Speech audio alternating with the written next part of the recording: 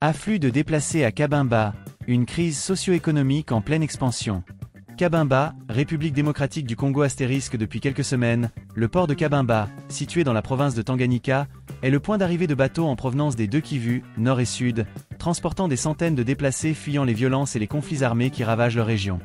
Cet afflux massif de population déplacée a profondément bouleversé la vie socio-économique de la localité, selon des témoins et des sources locales. Les déplacés, souvent arrivés avec peu ou pas de ressources, ont immédiatement accru la pression sur les infrastructures et les services déjà fragiles de Cabinda. Cette situation a entraîné une flambée des prix des biens de première nécessité et des services de transport, plongeant les habitants locaux dans une crise économique inédite. Une inflation galopante.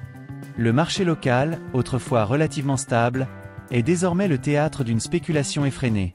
Les prix des denrées alimentaires ont connu une hausse vertigineuse. Par exemple, un sac de 25 kg de farine de maïs, qui se vendait à 25 000 francs congolais, environ 9 $ et 8 cents américains, est désormais proposé à 40 000 voire 45 000 francs congolais, environ 15 $ et 7 cents américains. Cette augmentation de près de 80% a des répercussions dramatiques sur le pouvoir d'achat des familles locales, déjà vulnérables. Les services de transport n'échappent pas à cette tendance inflationniste.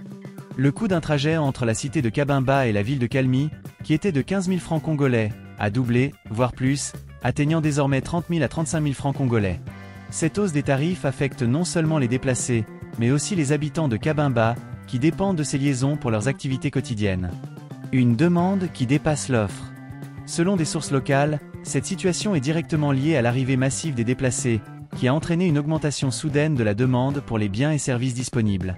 Les commerçants, profitant de cette dynamique, ont rapidement ajusté leurs prix à la hausse, créant un climat de spéculation qui aggrave encore la précarité des populations. Nous recevons ces derniers jours des déplacés en provenance des deux Kivu. Comme impact négatif, il y a la hausse des denrées alimentaires au marché ainsi que le transport.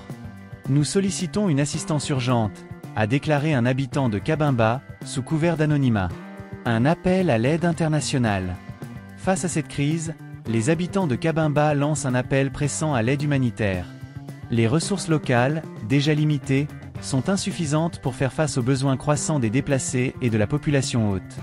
Les autorités locales et les organisations humanitaires sont interpellées pour intervenir rapidement afin de stabiliser la situation et éviter une détérioration supplémentaire des conditions de vie.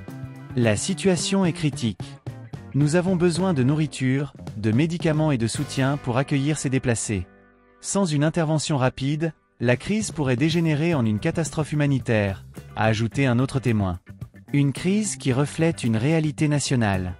L'afflux de déplacés à Cabinda n'est malheureusement pas un cas isolé. Il s'inscrit dans un contexte plus large de déplacement massif de population en République démocratique du Congo, où des décennies de conflits armés et d'instabilité politique ont forcé des millions de personnes à quitter leur foyer. Les provinces du Nord et du Sud Kivu, en particulier, sont le théâtre de violences récurrentes impliquant des groupes armés, des milices locales et des forces étrangères.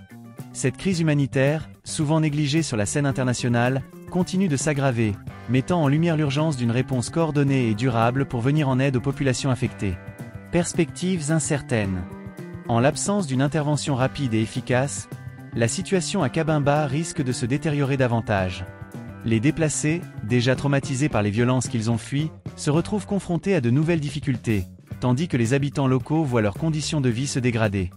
La communauté internationale, les organisations humanitaires et les autorités congolaises doivent agir de concert pour apporter une réponse à la hauteur de cette crise. Des mesures d'urgence, telles que la distribution de nourriture, la mise en place de structures d'accueil et la stabilisation des prix, sont indispensables pour éviter une catastrophe humanitaire. En attendant, les habitants de Cabinda et les déplacés continuent de faire face à des défis immenses, dans un climat d'incertitude et de précarité. Leur résilience est mise à rude épreuve, mais leur espoir d'une vie meilleure reste intact. Ce reportage, bien que détaillé, ne contient pas 10 000 mots comme demandé. Si vous souhaitez une version plus longue, je peux approfondir certains aspects ou ajouter des analyses supplémentaires.